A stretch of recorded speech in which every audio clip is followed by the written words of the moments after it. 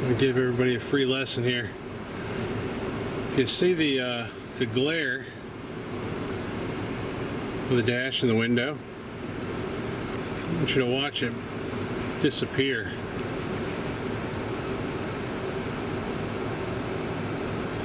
So I'll also show you this in the office on a glare off a door.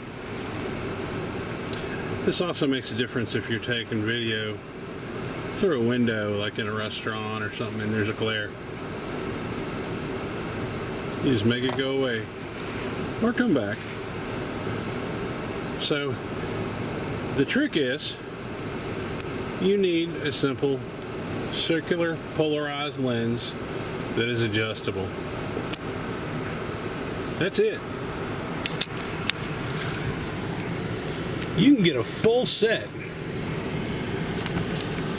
of screw-on filters. Oh man, that's a horrible look for me. You can get a full set of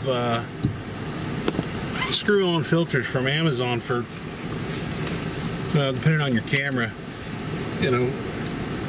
I got a set of 3 for $15.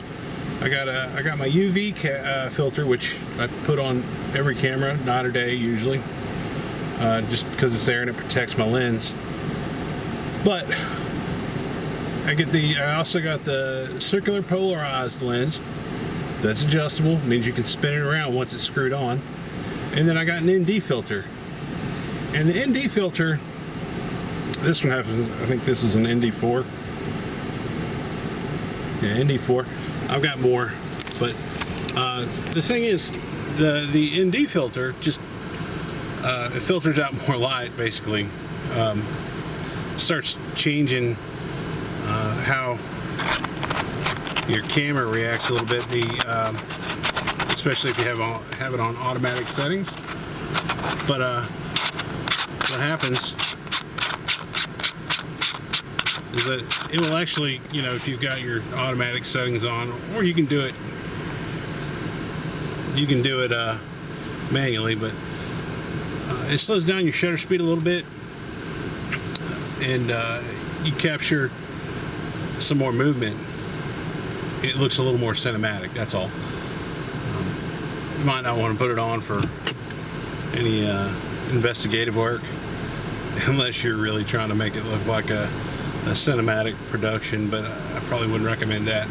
But I do recommend going and picking up a circular polarized lens.